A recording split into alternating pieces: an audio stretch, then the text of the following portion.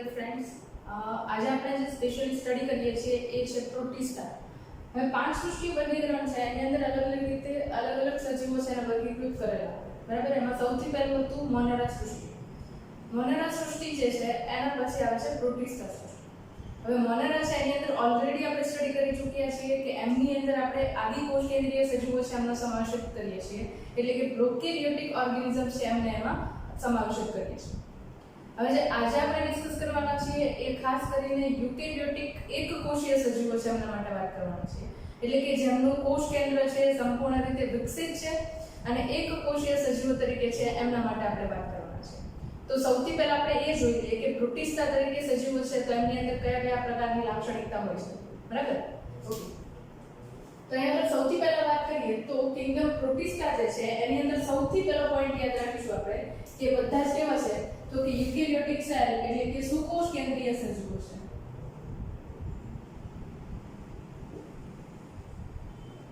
એને આપણે કહીશું સુકોષ કેન્દ્રીય સજીવો.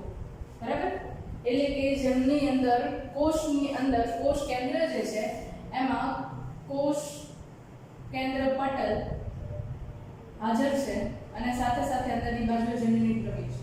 બરાબર, પણ પ્રોટિસ્ટા સૃષ્ટિની અંદર મુખ્ય છે તો મુખ્ય લાક્ષણિકતા શું છે તો કે આ સજીવો છે ને એક કોષીય સજીવો છે, બહુકોષીય સજીવો નથી, એક કોષીય સજીવો. હવે એક કોષીય સજીવો છે તો અહીંયા આગળ એક વસ્તુ બીજી પણ ખાસ ધ્યાનમાં રાખવા જોઈએ તો કે અહીંયા આગળ આ સજીવો છે એ વનસ્પતિ, પ્રાણી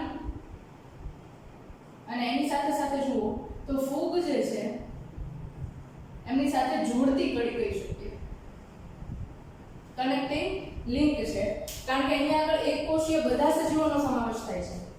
હવે અહીંયા આગળ અલગ અલગ રીતે આપણે જીવશાસ્ત્રીઓ છે એમની વાત કરીએ. બરાબર, જે અલગ અલગ બાયોલોજીકલ સાયન્ટિસ્ટ છે એમની વાત કરીએ તો એ લોકોએ શું કીધું છે તો કે પર્ટિક્યુલરલી ઘણા વૈજ્ઞાનિક છે એવું માને છે કે આ જે સજીવો છે એમને વનસ્પતિ તરીકે ગણી શકાય, કારણ કે વનસ્પતિ કોષ છે એ પણ એક કોષીય હોઈ શકે.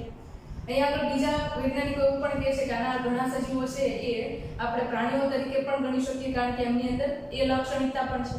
બરાબર, તો એ સાયન્ટિસ્ટ છે પોતાનો ઓપિનિયન દર્શાવે છે કે અહીંયા આગળ જે સજીવો છે એ ફૂગ તરીકે હોઈ શકે, વનસ્પતિ તરીકે પણ હોઈ શકે અને પ્રાણી તરીકે પણ હોઈ શકે, પણ પ્રાથમિક પ્રકારની સંરચના સાથે એક કોષીય બધા જ સજીવો છે એમનો સમાવેશ આપણે પ્રોટિસ્ટા સૃષ્ટિની અંદર કરીશું. બરાબર, ઓકે. બીજું એની અંદર આપણે જોવાનું છે કે વસવાટ ક્યાં ધરાવે છે તો કે મોટા ભાગે આપણે જો વસવાટની વાત કરીએ તો એ જલજ વસવાટ ધરાવે છે.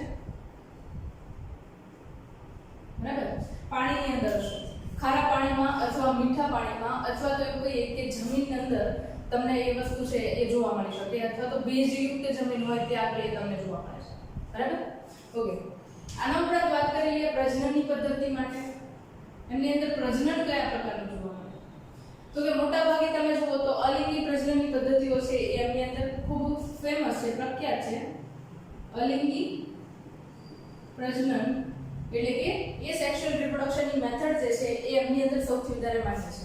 બરાબર, સાથે સાથે છતાં પણ એમની અંદર તમને લિંગી પ્રજનન જોવા મળે છે, જેની અંદર એ પોતે બે કોષો ભેગા થઈને ફલિતાંડ પણ બનાવી શકે. કારણ કે તમને યાદ હશે કે ફલિતાંડ બનાવવું હોય એટલે કે લિંગી પ્રજનનની અંદર કોઈ પણ સજીવ ભાગ ભજવે તો એની અંદર એક કોષ છે માદા તરીકે હોય અને બીજો કોષ છે એ નર તરીકે હોય, અને બંને જ્યારે જોડાય છે ત્યારે એમના વડે જે બનશે એને આપણે કહીશું ફલિતાંડ. બરાબર, ઓકે. તો બે કોષોના જોડાણથી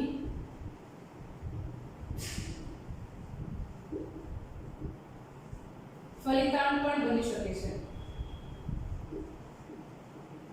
અને કયું થયું તો કે એ થયું લિંગી પ્રજનન.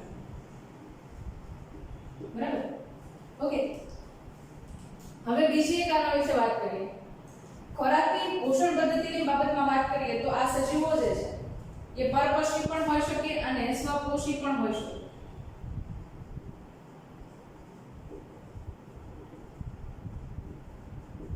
અથવા એવું કહું તો એ સજીવો છે મૃતોપજીવી પણ હોઈ શકે. બરાબર, એમના આધારે પાછા અલગ અલગ આપણે આગળ પ્રકાર જોવાના છીએ. ખાસ એક કહી દઉં કે પરપોષી તરીકે બીજા સજીવનો ખોરાક તરીકે ભક્ષણમાં લેશે, સ્વયંપોષી તરીકે પોતાની પાસે હરિતદ્રવ્ય હશે એમના વડે પોતાનો ખોરાક જાતે બનાવશે, અને મૃતોપજીવી આપણને ખબર છે કે વનસ્પતિ છે કે બીજા કોઈ પણ કાર્બનિક સંયોજનો છે જેમના પોપટની પ્રક્રિયા સળવાની પ્રક્રિયામાં ભાગ ભજવીને એ પોતાનું પોષણ મેળવે તો એને આપણે કહીશું મૃતોપજીવી સજીવો. બરાબર? તો આટલી વસ્તુ જે છે આપણને ક્લિયર હોવી જોઈએ. હવે પર્ટિક્યુલરલી આપણે જ્યારે અહીંયા આગળ પ્રોટિસ્ટા તરીકે જોઈએ છીએ ત્યારે કયા કયા સજીવોનો અભ્યાસ કરવાનો છે તો કે અહીંયા આગળ આપણે પહેલા વાત કરવાના છે ક્રાઇસોફાઇટ્સ, ડાયનોફ્લેજેલેટ્સ, યુગ્લિનોઇડ્સ, સ્લાઇમ મોલ્ડ્સ અને એની સાથે સાથે પ્રોટોઝોઅન્સ છે એના માટે વાત કરવાના છે, પ્રજીવ છે એના માટે વાત કરવાની છે. બરાબર? ફરીથી એકવાર નામ યાદ કરી લો. તમને નામ પહેલી વાર સાંભળવામાં આવે છે, કદાચ યાદ રહે પણ અને ન પણ. બરાબર? પહેલું ડાયનોફ્લેજેલેટ્સ, બીજું યુગ્લિનોઇડ્સ, પહેલા ક્રાઇસોફાઇટ્સ, ડાયનોફ્લેજેલેટ્સ, યુગ્લિનોઇડ્સ, સ્લાઇમ મોલ્ડ્સ અને પ્રોટોઝોઅન્સ. બરાબર? આ પાંચ જે છે એ અલગ અલગ ગ્રુપનો આપણે અહીંયા આગળ સ્ટડી કરવાના છે. તો સૌથી પહેલા આપણે વાત કરીએ એ આપણા માટે છે ક્રાઇસોફાઇટ્સ.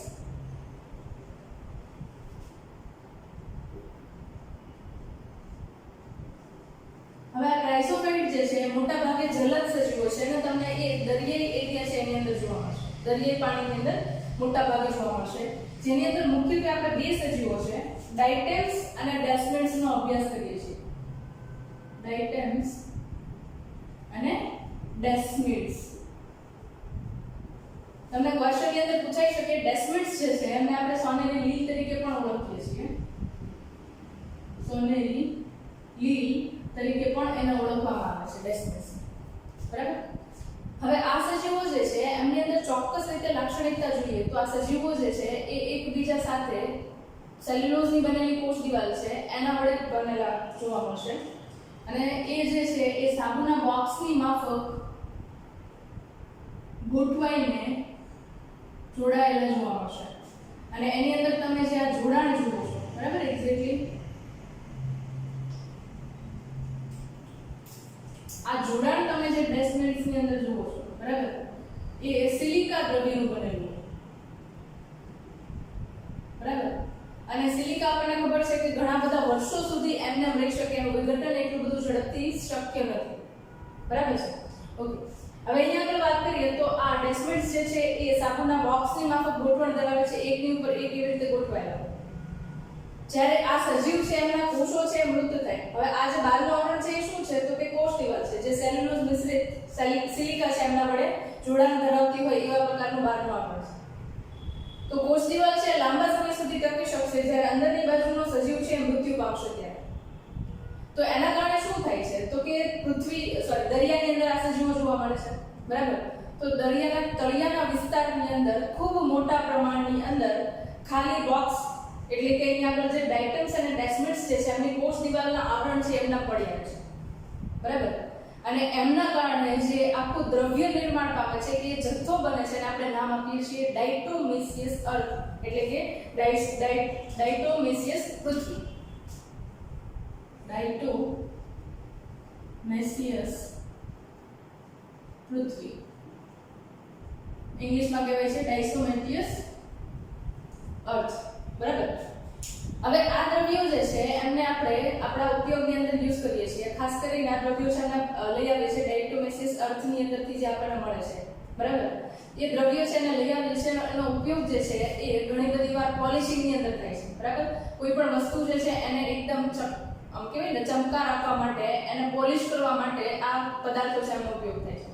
બરાબર? કારણ કે સિલિકાના બનેલા છે અને લાંબા સમય સુધી વિઘટિત થતા નથી. બરાબર છે? આના ઉપરાંત તમે જુઓ તો એકદમ તેલ છે પછી ચાસણી જે છે એમના માટે ગાળણમાં એ ઉપયોગી છે. કારણ કે એક વસ્તુ સમજો તમે, જ્યારે આ સજીવ છે અંદરથી નીકળી જાય ત્યારે એકદમ સૂક્ષ્મ જાળી જેવી સંરચના છે એ બનાવે છે જે એકદમ સૂક્ષ્મ ગાળણ માટે ઉપયોગી છે.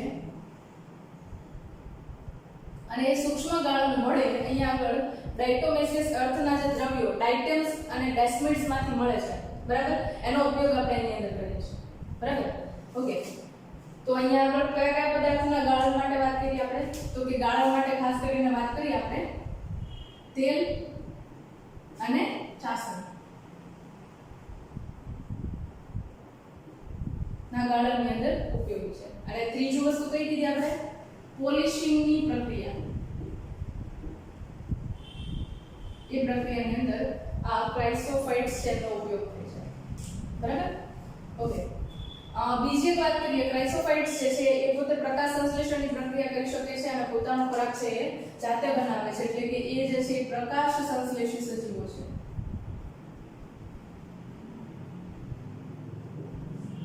બરાબર?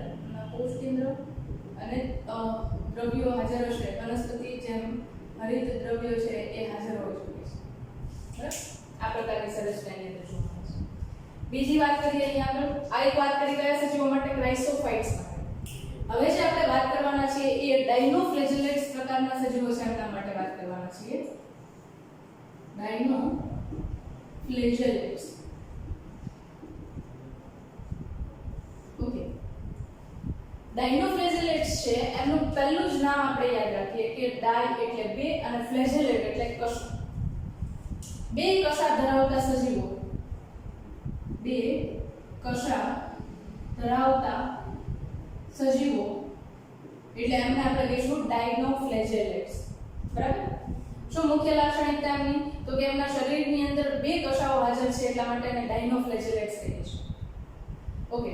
હવે ડાયનોફ્લેજેલેટ્સ છે એ પણ તમને મોટા ભાગે દરિયાઈ વિસ્તાર છે એની અંદર જોવા મળશે. બરાબર? એટલે કેવા એનિમલ્સ છે આ? તો કે ઓર્ગેનિઝમ્સ છે, તો કે મરાઇન ઓર્ગેનિઝમ્સ છે, એટલે કે દરિયાઈ પાણીની અંદર જોવા મળે છે.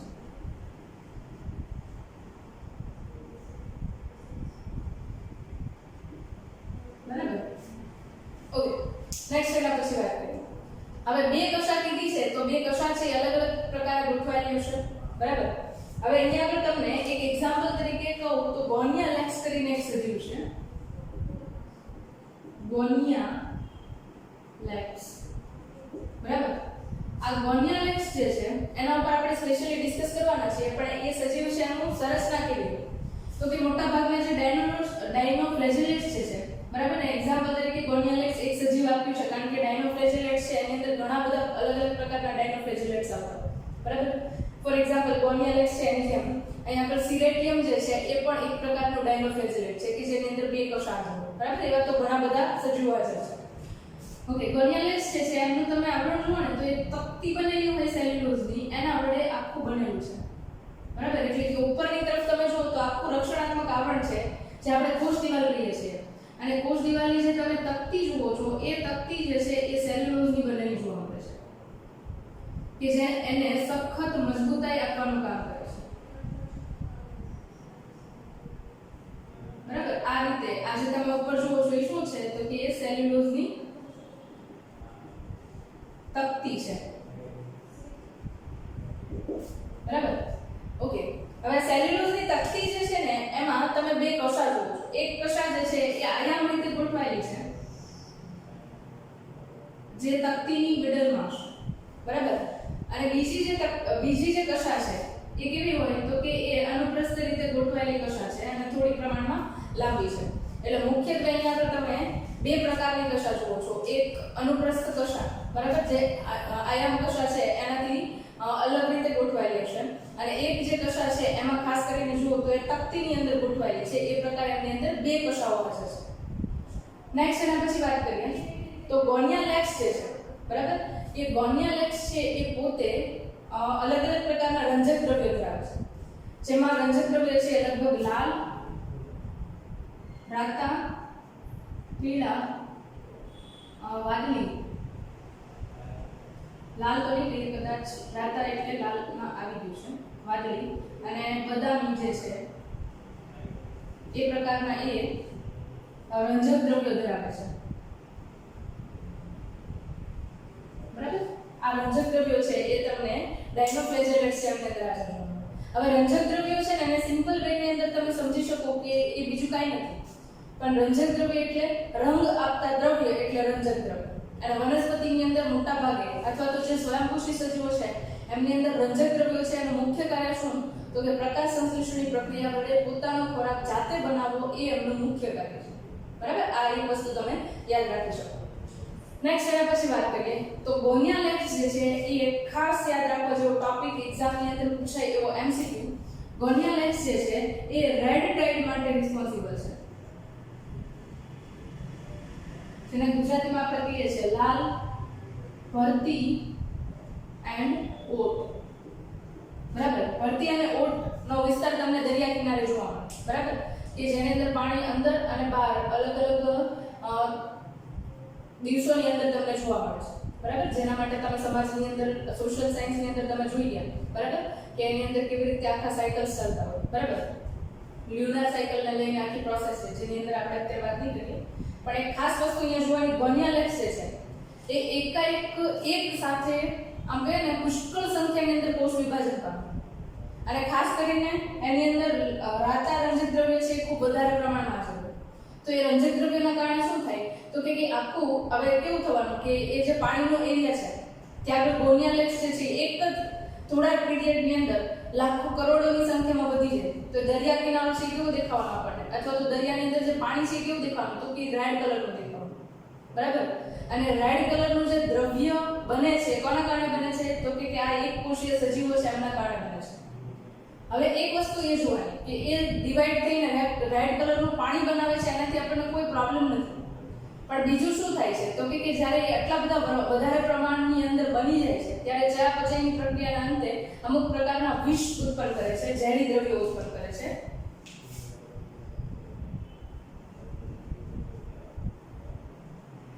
અને એક સાથે આટલા બધા સજીવો હોય એમના વડે જો ઝેરી દ્રવ્ય ઉત્પન્ન થાય, બરાબર, તો એના કારણે શું થવાનું તો કે એ દરિયાની અંદર પાણીમાં જેટલા બીજા સજીવો છે, માછલી છે, મૃદુકાય છે, શૂળત્વચી છે, બરાબર, એ બધા સજીવો છે એમના ઉપર અસર થાય અને એક સાથે ઘણા બધા પ્રાણીઓ છે મૃત્યુ પામતા હોય છે, દરિયાઈ સજીવો છે મૃત્યુ પામતા હોય છે. અને આ પ્રકારે તમને આખી રેડ ટાઇડની પ્રક્રિયા છે જોવા મળતી હોય છે. બરાબર, એટલે સજીવો છે એ આ રેડ ટાઇડ જે છે એમના કારણે મોટા ભાગે નાશ પામતા હોય છે, જે ખાસ કરીને ગોનિયા લેક્સ છે એમના કારણે થાય છે. બરાબર, તો ડાયનોફ્લેજેલેટ્સ છે એમની અંદર તમે આટલું કરો એટલે તમને લગભગ મોટા ભાગના એમસીક્યુ છે એ સોલ્વ થઈ શકે છે. બરાબર, નેક્સ્ટ વાત કરીએ આપણી પાસે હવે જે સજીવો છે એમને આપણે કહીએ છીએ યુગ્લિનોઇડ્સ.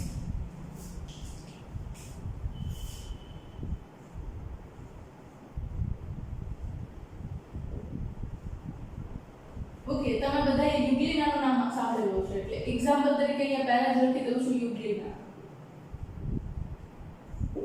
બરાબર, ઓકે, યુગ્લિના જે છે એ કશાધારી સજીવ છે અને એ પણ બે કશાઓ ધરાવે છે. આ યાદ રાખો.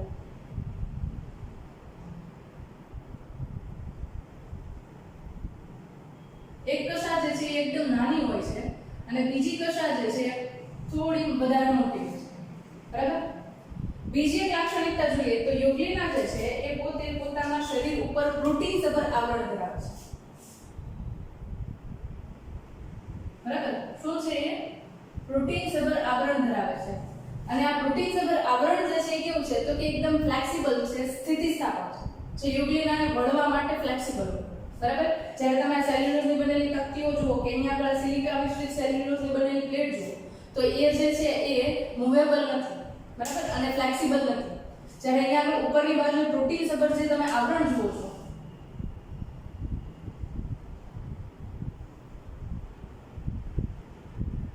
બરાબર, એ કેવું છે તો કે એ ફ્લેક્સિબલ છે અને ફ્લેક્સિબલ છે એના કારણે એને આપણે અહીંયા કહીએ છીએ છાદી. પ્રોટીન સભર જે આવરણ બને છે એને શું કહીએ છીએ આપણે? છાદી. ઇંગ્લિશમાં એને કહેવાય છે પેલિકલ. બરાબર, ઓકે, બીજી વસ્તુ જોઈએ અહીંયા યુગ્લિના છે મોટા ભાગે સ્થિર પાણી હોય ત્યાં આગળ જોવા મળશે, સ્ટેગ્નન્ટ વોટર હોય ત્યાં આગળ. એટલે કે પાણી જે છે એક જગ્યાએ સ્થિર હોય, વધારે પડતી મૂવમેન્ટ ન ધરાવતું હોય એવા એરિયાની અંદર યુગ્લિના જે છે એ મોટા ભાગે તમને જોવા મળશે. રાઈટ, નેક્સ્ટ એના પછી જોઈએ તો એ યુગ્લિના જે છે એની અંદર પોષણ પદ્ધતિ છે એ વિશિષ્ટ પ્રકારની છે. કઈ રીતે વિશિષ્ટ પ્રકારની પોષણ પદ્ધતિ છે તો કે પહેલી વાત કરું અહીંયા આગળ તો એ પ્રકાશ સંશ્લેષી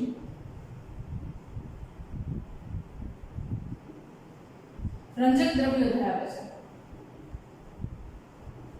બરાબર, અને આ રંજક દ્રવ્યો છે એ અલગ પ્રકારના છે, વિશિષ્ટ છે. ખાસ કરીને જે ઉચ્ચ કક્ષાની વનસ્પતિ છે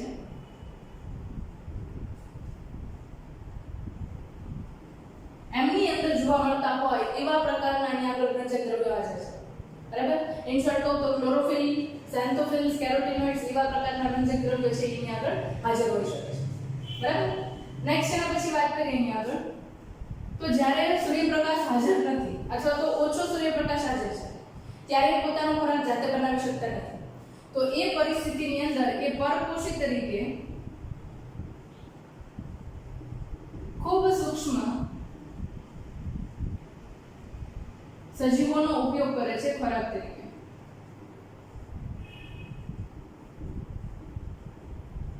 બરાબર, શું કરે છે? ખૂબ સૂક્ષ્મ સજીવોનો ખોરાક તરીકે એ ઉપયોગ કરે છે. રાઈટ? ઓકે, નેક્સ્ટ એના પછી જોઈએ તો યુગ્લિનોઇડ્સ જે છે એમની અંદર આ આટલી લાક્ષણિકતા જોવા મળી. સાથે સાથે એમની પોષણ પદ્ધતિ છે એની અંદર ખાસ તમે આ વસ્તુ યાદ રાખશો. બરાબર, એને લઈને એક કન્ફ્યુઝન છે. ઘણી બધી વાર આ સજીવ છે એને ઘણા બધા પ્રાણી સૃષ્ટિની અંદર મૂકે છે અને ઘણા બધા છે એમને વનસ્પતિ સૃષ્ટિની અંદર મૂકે છે. કારણ કે તમે જુઓ એની અંદર પ્રકાશ સંશ્લેષણ કરવાની પણ કેપેસિટી છે અને બીજું એ પરપોષી તરીકે ખૂબ નાના સૂક્ષ્મ જીવો છે એમનું પણ ભક્ષણ કરે છે. બરાબર, તો આ જે છે એ યુગ્લિનોઇડ્સ છે એમના માટે ખાસ. ઓકે, તો નેક્સ્ટ જે એના પછી છે યુગ્લિનોઇડ્સ પછી આપણે વાત કરીએ છીએ સ્લાઇમ મોલ્ડ્સ માટે. બરાબર, આ સ્લાઇમ મોલ્ડ્સ જે છે એ મૃતોપજીવી આદિજીવો છે કે જે મોટા ભાગે સડતા હોય એવા પ્રકારના કાર્બનિક દ્રવ્યો છે એનો ખોરાક તરીકે ઉપયોગ કરે છે.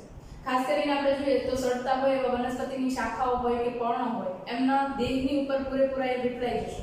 બરાબર, અને વીંટળાઈને એ અનુકૂળ પરિસ્થિતિ હોય ત્યાં સુધી અમુક ફૂટ સુધીની લંબાઈ ધરાવે છે અને એ જે સ્વરૂપ આખું બને છે એને આપણે કહીએ છીએ પ્લાઝ્મોડિયમ. બરાબર, અહીંયા એક વસ્તુ ખાસ યાદ રાખજો, આપણે પ્લાઝ્મોડિયમ જે છે મેલેરિયા માટે રિસ્પોન્સિબલ છે એની વાત કરતા નથી. આપણે સ્લાઇમ મોલ્ડ્સ છે એની અંદર જે વિકસિત પ્રકારનું સ્વરૂપ ધારણ કરતું અમુક ફૂટની લંબાઈ ધરાવતું હોય એવા પ્રકારનું જે સજીવ બને છે.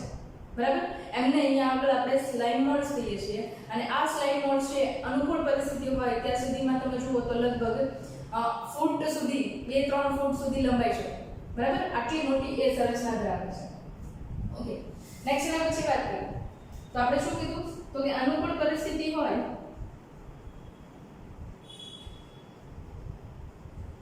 બરાબર તો એ શું કરશે તો કે તો એ ફૂટ સુધી લંબાશે અને પોતાના કદની અંદર ઘણો બધો વિસ્તૃત પ્રમાણની અંદર વધારો કરશે.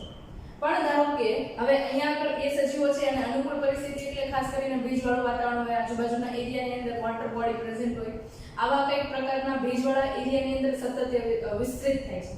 પણ ધારો કે એ સમયગાળા દરમિયાન તાપમાન છે ખૂબ વધી જાય છે અને એ પોતે પ્રતિકૂળ સંજોગોની અંદર પ્રવેશે છે.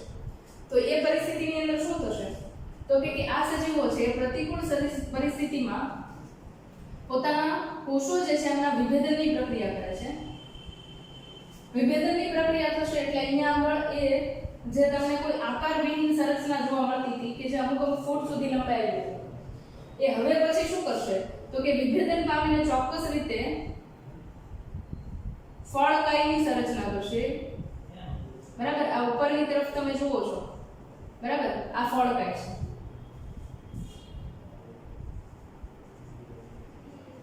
બરાબર, અને આ ફળકાય જે છે એમની અંદર હજારોની સંખ્યામાં બીજાણુઓનું નિર્માણ થાય છે અને આ બીજાણુઓ છે એ સાચી કોષ દિવાલ ધરાવે છે.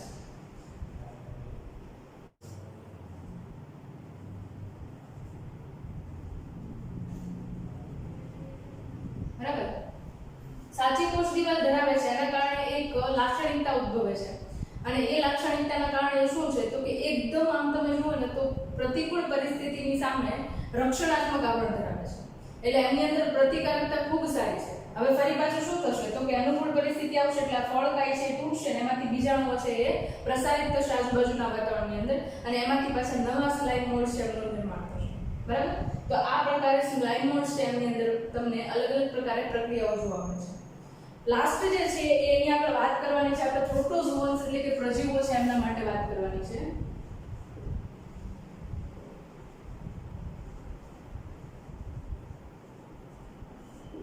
પ્રજીવો છે એમના માટે વાત કરવાની છે. હવે પ્રજીવો જુઓ તો અહીંયા આગળ 4 પ્રકારના પ્રજીવો છે. ખાસ કરીને એમની પ્રચલન પદ્ધતિ છે એમના આધારે અલગ અલગ 4 પ્રકારની અંદર આપણે એને વિભાજિત કરીએ છીએ. બરાબર, પહેલી વાત અહીંયા આગળ વાત કરીએ તો અહીંયા આગળ આ સજીવો છે મોટા ભાગે કેવા છે તો કે પરાવલંબી છે, પરોપજીવી છે.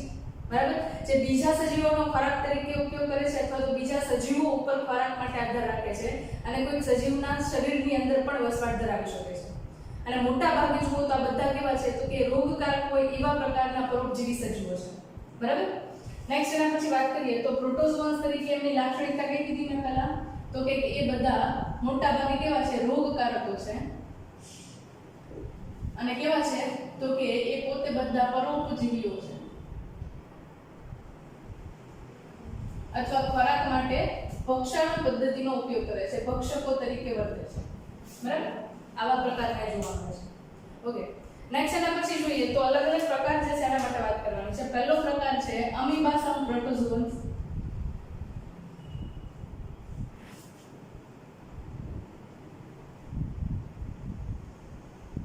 અમીબા સમ પ્રોટોઝોઅન્સ છે એ તમને મીઠા પાણીમાં કે ખારા પાણીમાં જોવા મળી શકે છે. બરાબર. એટલે કે દરિયાઈ પાણીની અંદર પણ હોય અને તળાવ છે, નદી છે એમની અંદર પણ જોવા મળી શકે છે. ઓકે. હવે એની અંદર તમે જો તેમની લાક્ષણિકતા છે અને એમાં તમે એક ઓળખો છો એક્ઝામ્પલ તરીકે અમીબા. બરાબર. અને એ અમીબા છે એની અંદર તમે જુઓ તો એક ખોટા પગ ધરાવે છે. બરાબર. હવે આ ખોટા પગ જે છે એમની એક ચોક્કસ દિશામાં ગતિ થાય છે, ખાસ કરીને ખોરાક કેવા કોઈ પણ પ્રકારના દ્રવ્યો આવતા હોય. બરાબર છે. તો એમના તરફ એ ગતિ કરે છે અને એમનું કોષની અંદર ભક્ષણ કરે છે અને આ રીતે પોતાનો ખોરાક મેળવે છે. બરાબર છે. તો ખાસ કરીને એમની અંદર પ્રચલન પદ્ધતિ તરીકે શું આવેલું છે તો કે અમીબામાં ખોટા પગ આવેલા છે જેને આપણે અમીબા સમ પ્રોટોઝોઅન્સ કહીએ છીએ. બરાબર. આ કોષ કેન્દ્ર એનો જીવકોષ. ઓકે. બીજા એક આવે છે એક્ઝામ્પલ તરીકે અહીંયા આગળ એન્ટમીબા.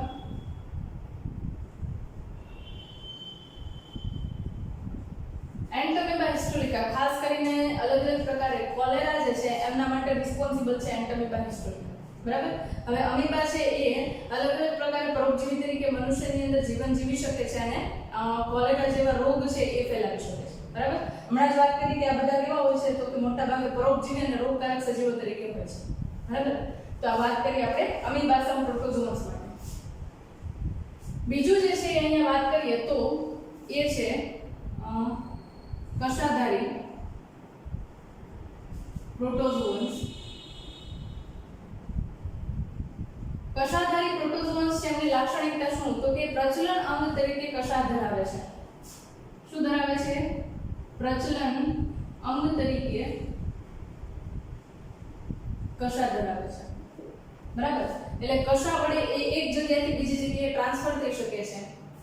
હવે આના એક્ઝામ્પલ તરીકે ખાસ જોઈએ તો અહીંયા આગળ છે ટ્રિપેનોઝોમા અથવા તો ટ્રાઇપેનોઝોમા. બરાબર. આ સજીવને તમે એક્ઝેક્ટલી જુઓ તો કંઈક આવા પ્રકારનું હોય છે એ.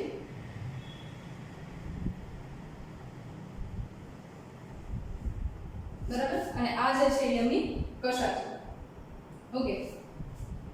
ટ્રિપેનોઝોમા છે એમના વડે ખાસ પ્રકારનો રોગ થાય છે જેને કહેવાય છે ટ્રિપેનોઝોમિયાસિસ.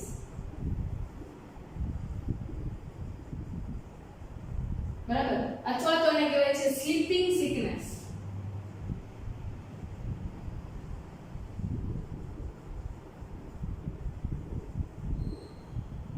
આ એક ખૂબ ગંભીર પ્રકારની બીમારી છે જે શરૂઆતની અંદર મનુષ્ય જે છે એને સુવા અને જાગવાની પ્રક્રિયા છે એને અસર કરે છે અને ખાસ કરીને મધ્યસ્થ ચેતાતંત્ર છે એમની અંદર અસર કરે છે અને એમાં મગજ અને કરોડરજ્જુ છે એમાં મસ્તિષ્ક મેરુજળ.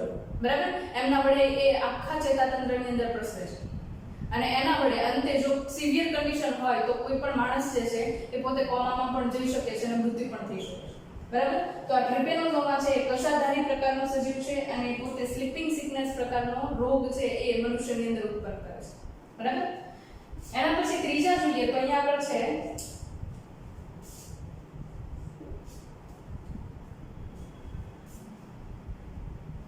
પક્ષમધારી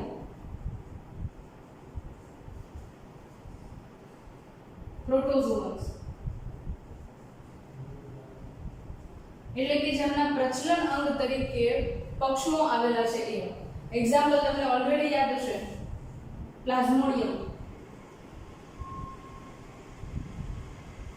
બરાબર. અને આ પ્લાઝ્મોડિયમ જે છે એનું કંઈક તમે સંરચના જુઓ તો કંઈક આ પ્રકારની તમને સંરચના જોવા મળે છે અને એની સપાટી પર તમે જુઓ તો પુષ્કળ પ્રમાણની અંદર પક્ષમો આવેલા હોય છે અને આ પક્ષનો જે છે એમની મદદથી એ પોતે એક જગ્યાએથી બીજી જગ્યાએ ટ્રાન્સફર થઈ શકતા હોય છે. આ એનો જીવરસ છે.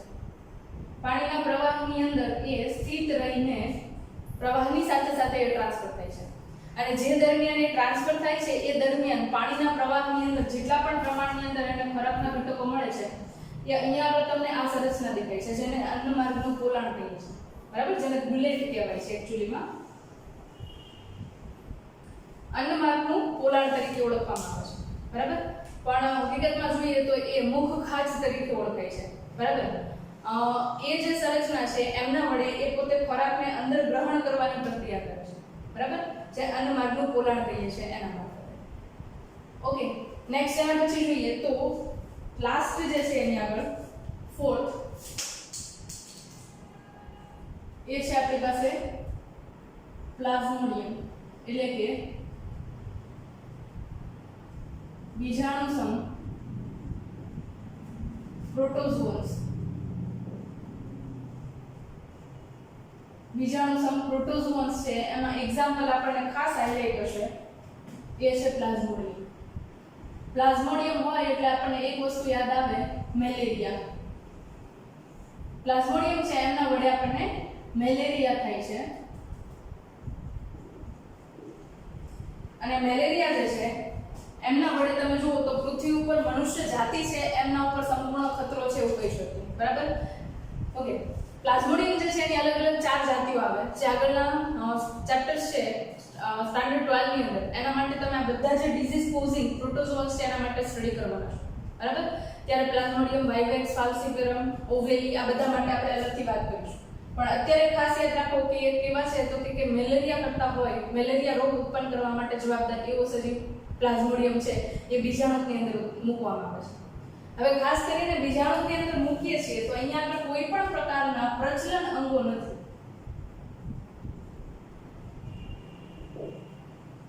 બરાબર, એમની અંદર કોઈ પણ પ્રકારના પ્રચલન અંગો નથી. એમની અંદર કોઈ પ્રચલન અંગ નથી, ગેરહાજર છે, એટલા માટે એને બીજાણુ પ્રકારના કહીએ છીએ. ખાસ કરીને એના પ્રજનન ચક્ર દરમિયાન એ પોતે બીજાણુ નિર્માણની પ્રક્રિયા વડે ઘણા બધા બાળ પ્લાઝ્મોડિયમ ઉત્પન્ન કરે છે જેના કારણે એમને બીજાણુસમ પ્રોટોઝોઅન્સ પણ થઈ શકે છે. હવે તો એના માટે આપણને એક પ્રશ્ન થાય કે હલનચલન કેવી રીતે કરે? તો કે પાણીની અંદર હોય તો પાણીના પ્રવાહની સાથે એક જગ્યાએથી બીજી જગ્યાએ ટ્રાન્સફર થશે, બાકી પોતે કોઈ પણ જગ્યાએ એક જગ્યાએથી બીજી જગ્યાએ ટ્રાન્સફર થઈ શકશે. બરાબર, તો ટોટલ આટલા જે છે એમના માટે વાત કરવાની છે. ખાસ આની અંદર તમારે યાદ રાખવા જેવી બાબત હોય તો એ શું છે તો પહેલી વાત તો તમે ફર્સ્ટ ટાઈમ જ્યારે નામ સાંભળતા હોય ત્યારે એમના નામ યાદ રાખવા એ સૌથી મોટી અગત્યની વસ્તુ છે. બીજી વસ્તુ આની અંદર તમે જુઓ તો એક જે અહીંયા આગળ તમને સમુદાય મૂકવામાં આવેલો છે એની અંદર કંઈક ને કંઈક લાક્ષણિકતા છે.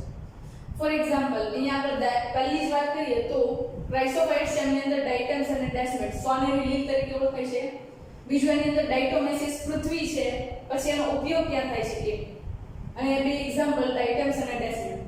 બીજું છે અહીંયા આગળ ડાયનોફ્લેજેલેટ્સ જે બે સાથે આવે છે લાક્ષણિકતા થઈ અને દરિયાઈ પાણીમાં જોવા મળે છે. ખાસ કરીને એમની અંદર ગોનિયાલેક્સ જે રેડ ટાઇપ ઉત્પન્ન કરે છે. બરાબર, એના પછી યુગ્લિનોઇડ જુઓ તો એ અહીંયા આગળ બે પ્રકારની પોષણ પદ્ધતિ ધરાવે છે જે છાતીનું આવરણ છે. બરાબર, એ એમની લાક્ષણિકતા થઈ. સ્લાઇમ મોલ્ડ્સ જે છે એમની અંદર અનુકૂળ પરિસ્થિતિ છે ત્યારે એ ફૂટ સુધી લંબાઈ શકે, અમુક ફૂટ સુધી લંબાઈ શકે એવા પ્રકારની લાક્ષણિકતા ધરાવે છે. અને પ્રતિકૂળ પરિસ્થિતિ હોય ત્યારે બીજાણુ નિર્માણ કરવા માટે એમના કોષો જે છે એ વિભેદિત થાય છે. બરાબર, એના પછી ત્રીજું અહીંયા આગળ લાક્ષણિકતા તરીકે તો જુઓ તો અહીંયા આગળ છે પ્રોટોઝોઅન્સ. પ્રોટોઝોઅન્સ છે બધા જ પરોપજીવી તરીકે છે, મોટા ભાગે રોગકારક સજીવો તરીકે વર્તે છે. અને આ રોગકારકો જ્યારે કામ કરે છે ત્યારે મોટા ભાગે મનુષ્યને ઘણા બધા રોગોની અંદરથી પસાર થવું પડે છે. તો આ બધી જે છે એમની ચોક્કસ લાક્ષણિકતા થઈ, એના એક્ઝામ્પલ્સ થયા જે તમારા લોકોએ યાદ રાખવા સૌથી વધારે અગત્યના છે. રાઈટ, તો અહીંયા સુધી મેં મારા રીતે તમને એક્સપ્લેન કરવાની ટ્રાય કરી છે. છતાં પણ તમને કંઈ ડાઉટ હોય તો તમે મને ક્વેશ્ચન